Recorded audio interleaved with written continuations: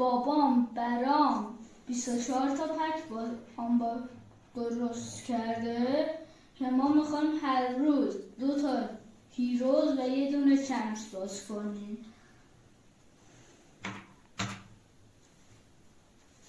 این 2 تا رو من بذارم کنار. خب اول از پک تئو هرناندز شروع کنیم.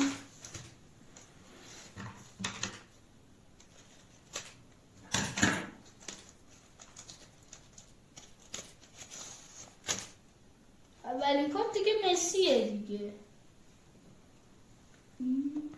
رونالدو. پک بعدیمون نیمار.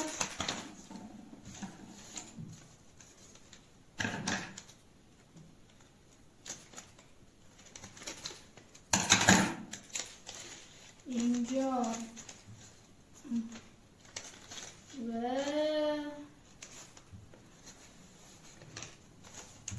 پک آخرم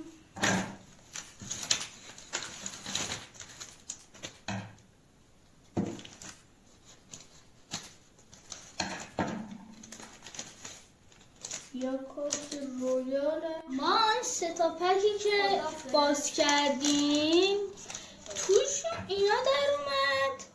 از مسی شروع میکنیم، اولین کارت، بعدش هم رونالدو که میشه دومین کارت، بعدش تیری آنری،